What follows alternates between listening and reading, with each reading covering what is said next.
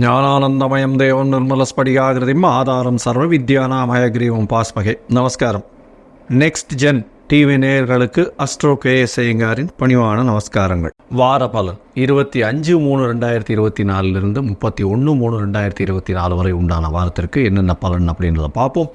அதற்கு முன்னாடி இந்த வாரத்தில் இருக்கக்கூடிய கோல்சாரம் என்ன, இந்த வாரத்தில் வரக்கூடிய விசேஷ தினங்கள் என்ன, அதை தவிர இந்த வாரத்தில் எந்த ராசிக்காரர்களுக்கு சந்திராஷ்டமம் அப்படின்றதையும் பார்ப்போம். முதலில் இந்த வாரத்தினுடைய கோல்சாரம் காலபுருஷ தத்துவத்தின் முதல் ராசியான மேஷ ராசியில் குரு பகவான், கன்னியில் கேது பகவான், கும்பத்தில் 3 கிரகம் செவ்வாய், சனி மற்றும் சுக்கிரன், மீனத்தில் 3 கிரகம் ராகு, சூரியன் மற்றும் புதன். சந்திர பகவான் அதிவேகமாக செல்லக்கூடிய சந்திர பகவான் இந்த வாரத்தில் பார்த்தீங்கன்னா உத்தர நட்சத்திரம் இந்த வாரத்தில் ஆரம்பிக்கும் பொழுது இருக்கார்.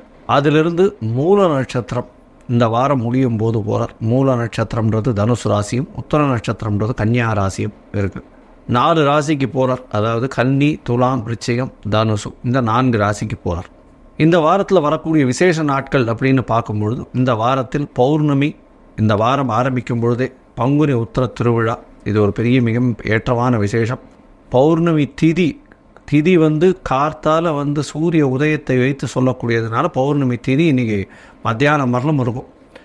அதற்கு பிறகு பிரதம திதி, கிருஷ்ணபக்ஷ பிரதம.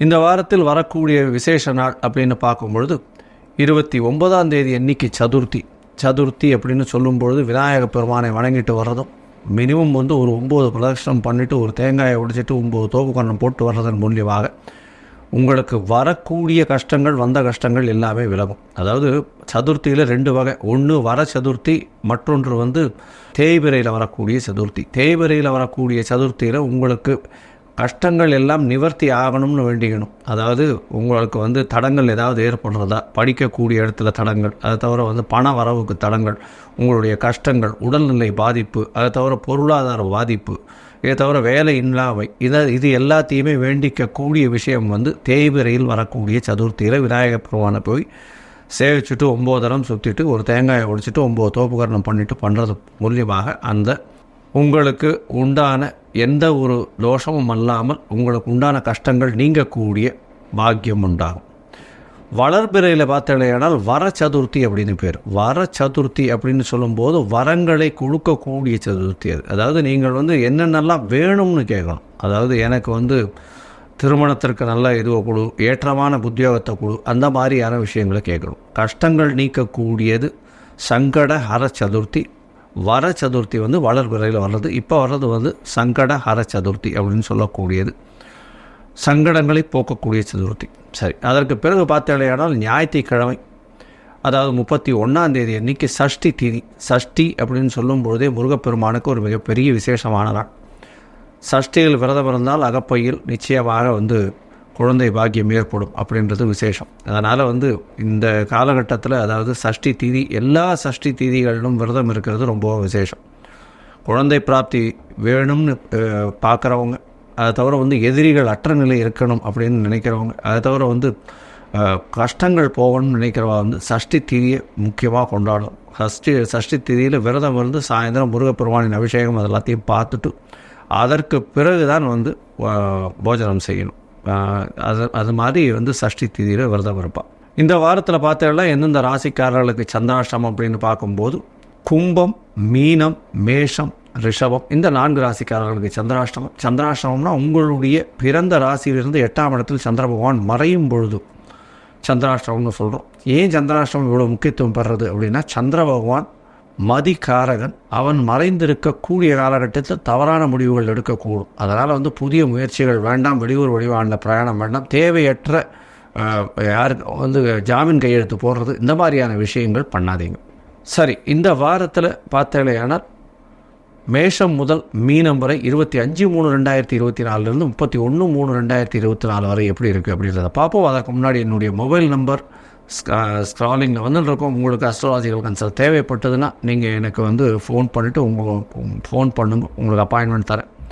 உங்களுடைய date, time, place of birth, உங்களுடைய பெயர், உங்களுடைய தாய் தகப்பனார் பெயரை என்னுடைய வாட்ஸ்அப்பில் அனுப்பிச்சிங்கன்னா உங்களுடைய ஜாதகத்தை கணித்து சந்தி இருக்கான்றதை பார்க்கணும். முதல்ல நட்சத்திர சந்தி, பாத சந்தி, அதை தவிர லக்ன சந்தி, ஏதாவது சந்தி இருக்கா அப்படின்றத பார்த்து உங்களுடைய நட்சத்திரம் என்ன, உங்களுடைய ராசி என்ன, உங்களுடைய லக்னம் என்ன அப்படின்றத ஒழுங்காக குறித்து அதற்கு பிறகு உங்களுடைய தசாபுக்தி அந்தரம் சூக்ஷ்மம் எப்படி இருக்குன்றதை பார்த்து இன்றைய கோச்சார பிரகாரம் வந்து உங்களுக்கு என்னென்ன பிரச்சனைகள் இருக்குது, அதற்கு என்ன எளிய பரிகாரங்கள் செய்ய முடியும் அப்படின்றத கண்டிப்பாக சொல்கிறேன். சரி, இப்போ மேஷம் முதல் மீனம் வரை 25/3/2024 31/3/2004 வரலும் எப்படி இருக்குது அப்படின்றத பார்க்கலாம்.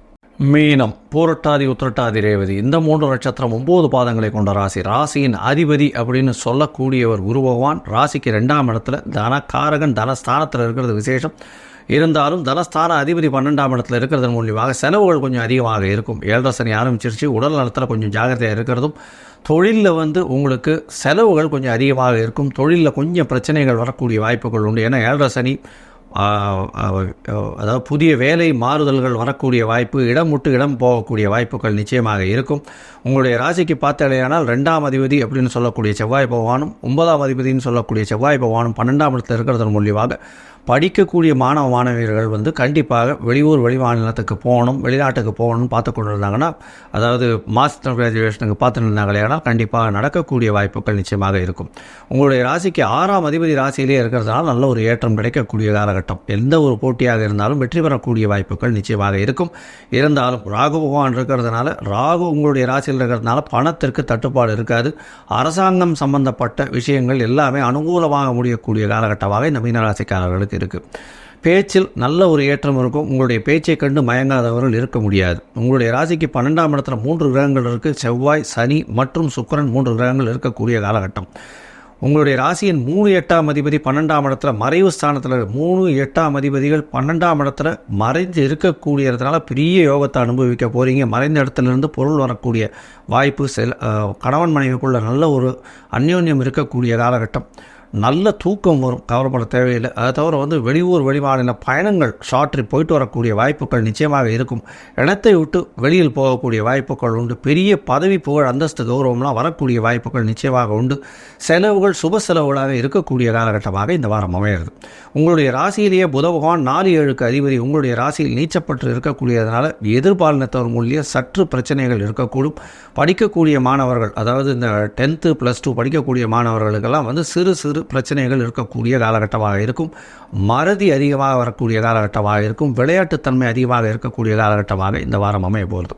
உங்களுடைய ராசிக்கு பார்த்தாலேயானால் சூரிய பகவான் ராசியிலேயே இருக்கிறதுனால கவர்மெண்ட் சம்பந்தமான நல்ல ஒரு ஏற்றமான காலமாக இருக்கும். நல்ல ஒரு விஷயம் வந்து சேரும். வெற்றி வாகை சூடக்கூடிய காலகட்டம். 6ஆம் அதிபதி ராசியிலேயே இருக்கிறதுனால உடல் நலத்தில் சற்று கவனமாக இருக்கிறது நல்லது. 7ஆம் இடத்தில் உங்களுடைய ராசிக்கு கேது பகவான் இருக்கிறதன் மூலியமாக பார்ட்னர்ஷிப் பிஸ்னஸ் சற்று தொய்வு இருக்கும். அதிகமாக கூர்ந்து பார்க்கக்கூடிய பார்ட்னர்ஸ், புதுசாக வரக்கூடிய பார்ட்னர்ஸ் இருக்கக்கூடிய வாய்ப்புகள் உண்டு. பார்ட்னர்ஷிப்பில் வந்து ஒரு நல்ல மைன்யூட் மூமெண்ட்ஸ் நல்லபடியாக இருக்கக்கூடிய காலகட்டமாக இருக்குது. இந்த வாரம் 25/3/2024 31/3/2024 வரை உண்டான காலத்தில் உங்களுடைய ராசிக்கு சமசப்தமத்தில் சந்திர பகவான் இந்த வாரத்தை ஆரம்பிக்கிறார். பௌர்ணமி யோகம் அமையிறது நல்ல ஒரு ஏற்றம். அரசாங்கத்தில் வேலை செய்பவர்களுக்கு ஒரு ப்ரமோஷன் வரக்கூடிய வாய்ப்புகள் நிச்சயமாக உண்டு. அரசு பணி, அரசாங்கத்தில் இருப்பவர்கள், அதை தவிர வந்து அரசாங்கத்தை சுற்றி அரசியல் இந்த மாதிரியான விஷயங்கள் இருக்கிறவர்களுக்கு பெரிய ஏற்றம் கிடைக்கக்கூடிய காலகட்டமாக இந்த வாரம் அமையிறது.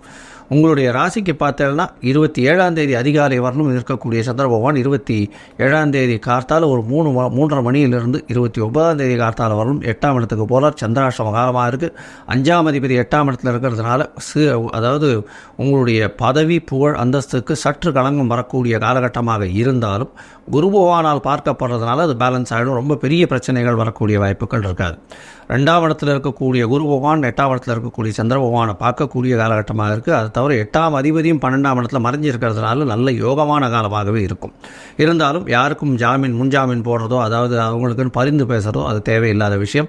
தேவையற்ற, அதாவது வெளியூர் வெளிமாநிலம் வெளிநாடு போக வேண்டிய கட்டாயம் இருந்ததுன்னா ஒரு நாள் தள்ளி போகிறது, ஒரு 2 நாள் தள்ளி போகிறது ஒரு பெரிய ஏற்றத்தை கொடுக்கும். உங்களுடைய ராசிக்கு பார்த்தோன்னா 9ஆம் இடத்துல சந்திர பகவான் போகிறார். 29ஆம் தேதி கார்த்தாலிருந்து 31ஆம் தேதி மாலை ஒரு 7:30 மணி வரலும் இருக்கக்கூடிய காலகட்டம். இந்த காலகட்டத்தில் பார்த்தாலேயானால் உங்களுக்கு ஒரு பெரிய ஏற்றம் கிடைக்கும். உங்களுடைய 9ஆம் அதிபதியும் 12ஆம் இடத்துல இருக்கிறதுனால தந்தையின் உடல்நிலையில் சற்று தொய்வு ஏற்படக்கூடிய காலகட்டமாக இருக்குது. 5ஆம் அதிபதி அப்படின்னு சொல்லக்கூடியவர் 9ஆம் அதிபதி, 5ஆம் அதிபதி நீச்சம், 9ஆம் அதிபதி 12ல் மறைச்சு இருக்கக்கூடிய காலகட்டம்ன்றதுனால பணவரவுக்கு கொஞ்சம் பிரச்சனைகள் இருக்கும். புகழ் அந்தஸ்து கௌரவத்துக்கு செட்பேக் இருக்கக்கூடிய காலகட்டமாக இந்த வாரம் அமையிறது. இந்த வாரத்தில் அதுவும் அந்த 2 நாட்கள் அதுக்கு பிறகு 31ஆம் தேதி சாயந்தரம் ஒரு 7:30 மணிக்கு மேலே பார்த்தாலேனால் உங்களுடைய ராசிக்கு 10ஆம் இடத்துல சந்திர பகவான் போகிறதுனால தொழிலில் அபிவிருத்தி ஏற்படக்கூடிய காலகட்டம். 11ஆம் அதிபதியும் 12ஆம் இடத்தில் இருக்கிறதுனால செலவுகள் கொஞ்சம் அதிகமாக இருக்கக்கூடிய காலகட்டமாக இருக்கும். இந்த வாரத்தில் பார்த்தாலேனா இந்த கோல்ட் ஸ்மித்து, தங்க நகை செய்கிறவங்க, தங்க நகை விற்கிறவங்க, அதை தவிர இந்த டீம் கேப்டன் சொல்லக்கூடிய head of the team, administrative incharge, HR incharge, அதை தவிர ஒரு ஆசிரியர், ப்ரொஃபஸர், இவங்களுக்கெல்லாம் பார்த்திங்கன்னா நல்ல ஒரு ஏற்றமான காலம். அதாவது வாயில் பேச்சை வைத்து பிழைக்கக்கூடியவர்கள் யாராக இருந்தாலும், பாடல் பாடுபவர்கள், கவிதை எழுதுபவர்கள், இவர்களுக்கெல்லாம் நல்ல ஒரு ஏற்றம் கிடைக்கக்கூடிய வாரமாக இந்த வாரம் அமைய போகிறது. அதை தவிர தானியங்கள் விற்பனை செய்பவர்கள், அதை தவிர கடல் வாணிபம் செய்பவர்கள், அதற்கு பிறகு இந்த கடலில் இருக்கக்கூடிய ஜீவராசிகளை வைத்து பிழப்பு நடத்துகிறவர்கள், அவர்களுக்கு பெரிய ஏற்றம் கிடைக்கக்கூடிய வாய்ப்புகள் இந்த வாரம் இருக்குது. மொத்தத்தில் பார்த்தோம்னா இந்த வாரம் மீன ராசிக்காரர்களுக்கு நல்ல ஒரு ஏற்றமான வாரம். உடல் நிலையில் ரொம்ப ஜாகிரதையாக இருக்கணும். அதை தவிர 7 சனி ஆரம்பித்ததுனால அலைச்சல் ரொம்ப அதிகமாக இருக்கக்கூடிய காலகட்டம். நீங்கள் அருகில் இருக்கக்கூடிய தட்சிணாமூர்த்தியை போய் சேவிச்சுட்டு வர்றதும், அதை தவிர ஆஞ்சநேயரை சேவிச்சுட்டு வர்றதும், விநாயகரை சேவிச்சுட்டு வர்றதும், சதுர்த்தி வேறு வருது, விநாயகரை போய் சேவிச்சுட்டு வர்றதும் கண்டிப்பாக ஒரு பெரிய மாற்றத்தை கொடுக்கும். அதை தவிர மூக்கு கடலை வாங்கி அங்கே இருக்கக்கூடிய அருகில் இருக்கக்கூடிய கோவிலில் சுண்டல் இது பண்ணி தானம் கொடுக்கறதன் மூலியமாக உங்களுடைய பிரச்சனைகள் அனைத்தும் தீரக்கூடிய வாய்ப்புகள் நிச்சயமாக உண்டு. லோகா சமஸ்தா சுகினோ பவந்து. நன்றி, நமஸ்காரம்.